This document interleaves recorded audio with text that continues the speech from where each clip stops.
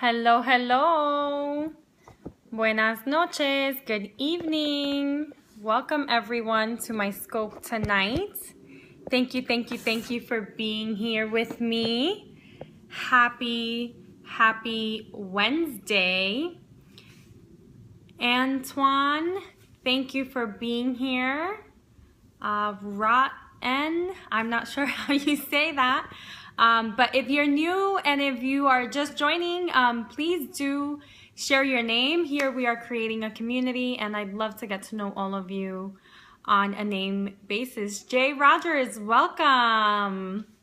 Welcome. Can you do this top list? I block people who are inappropriate. So if you are being inappropriate, I will block you. This is an educational community space and I welcome all the questions as long as they are respectful. So thank you to everyone who is joining. Welcome to my Periscope. I am Dianese. Silver Blackjack.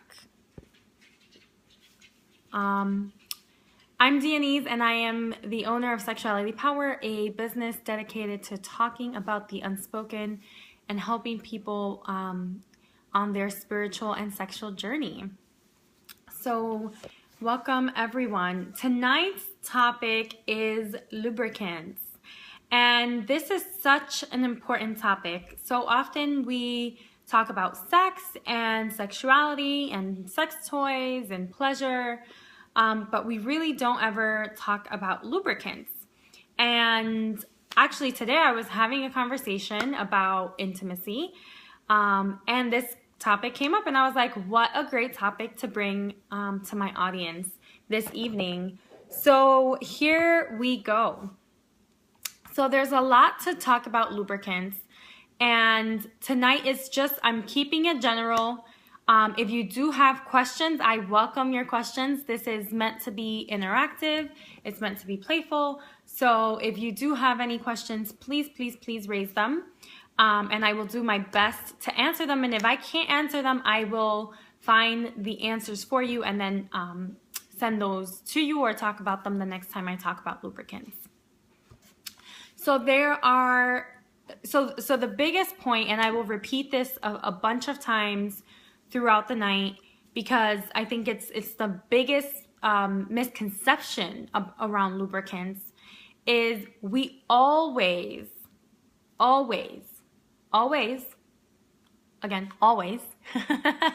we always need lubricant, right? And I have been debated on that topic. Ram, welcome, love. Thank you for joining. So point number one, the biggest point of tonight's message is we always need lubricant. So there's a couple of different things that come into play when I hear, no, I don't. Because that's usually the response I get is, no, you don't. And I want to kind of walk us through some of those objections to lubricant because they're really based on misconceptions, misperceptions about how the female body operates and how lubricant supports the act of sex. So the reason why we always need lubricant is, or the biggest reason for me that I advocate for always using lubricant is that at any moment during a sexual act, right? It could be with a partner, it could be self-play, anything at all, any type of play with your genitals, there can occur what is called a micro tear.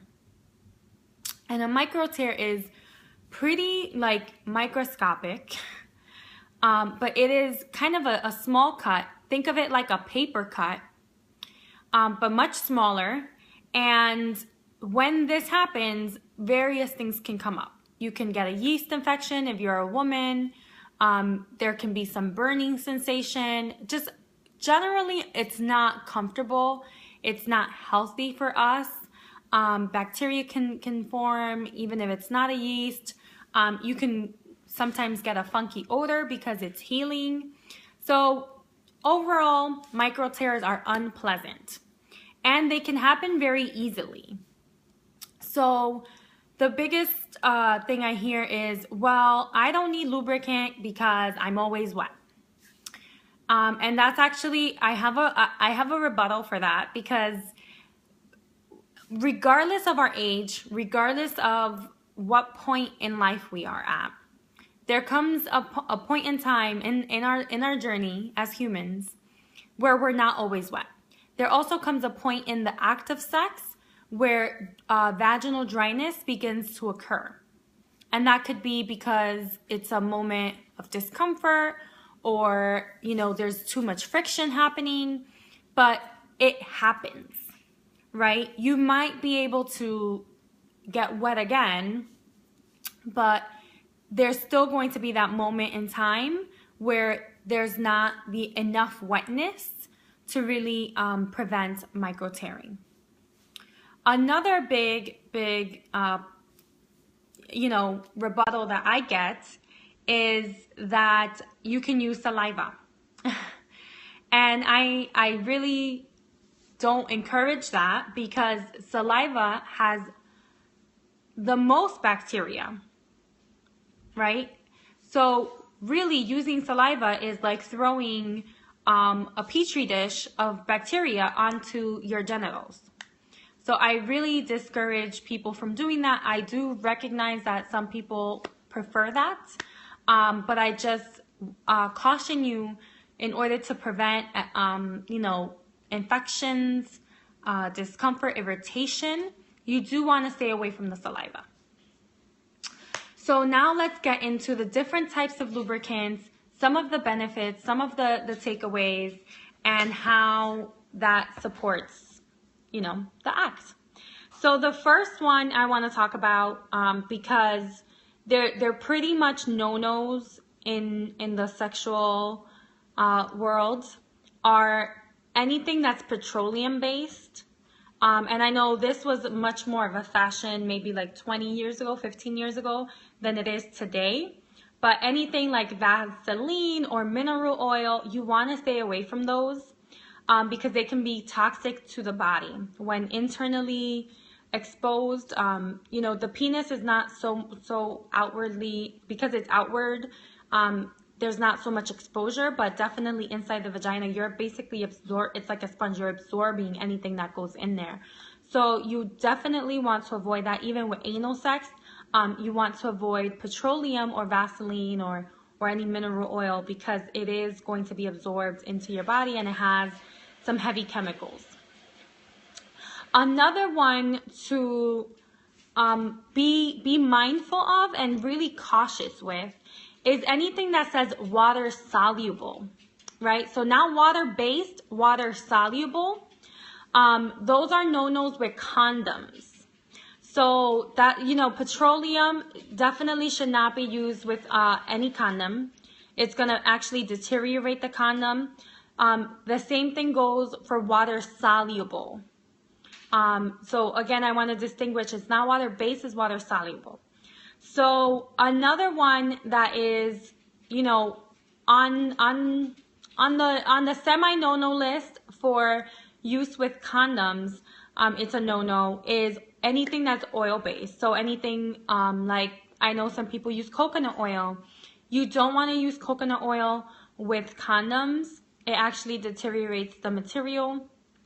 You can use it for oral, right? So different oils and different lubricants might have different properties for different purposes.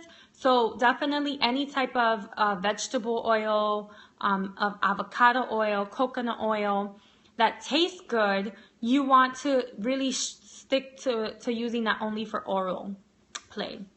And those can be ingested and, no harm done, unlike something like petroleum or silicone. Silicone is the next one that I want to talk about, because it is the longest lasting lubricant. However, you really want to be careful with, and silicone can be used with condoms, so that one's good for condoms. However, you want to be very careful if you are using it with sex toys. Silicone tends to break down some of the materials of the sex toys, and it should definitely not be used with any silicone toy. Silicone on silicone, not possible. So definitely that is just like the biggest tip around silicone. It's very long lasting. It does, however, require more of a cleanup time because it's more slick and slippery. It takes longer to take out and off. So if you're using it for vaginal intercourse, just make sure to really do a thorough job cleaning. And you might experience some discharge with silicone over like a day or two afterwards. So just putting that out there, but it is long lasting. It is good for anal sex. So silicone, because it's so slippery, is recommended for anal. And another just warning is if you're using it in the shower, be careful because you might slip. Literally on the bathtub. So now to the best one, my favorite type of lubricant is water-based lubricants. And the reason why I promote water-based lubricants is because these are the lubricants that are less toxic for us, that really supports, it's like the in-between lubricant, right? It's not necessarily the longest lasting, but it isn't toxic and dangerous for the skin.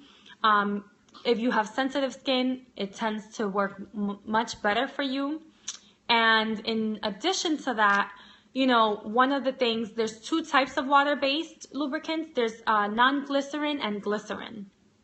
So I definitely recommend the non-glycerin.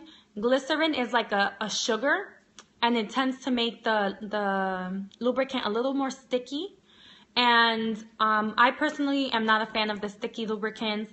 And also, if you have any type of blood sugar imbalances like diabetes, you want to stay away from the glycerin-based lubricants. Some chemicals to look for. I'm very much an organically centric person, so I think this is important to share with you all, is some chemicals to look out for that you might not want in your body. So glycerin is one of them. Another one is diethanolamine. I might be saying that wrong, but they go by DEA. And DEA is a chemical as well that you don't want in you. It's associated with all types of diseases, and it's very harmful. Parabens, you want to stay away from parabens, especially for women. It's associated with breast cancer. Anything with menthol, that tends to also have an allergic reaction for people. Propylene glycol is another one that tends to cause a lot of skin irritation.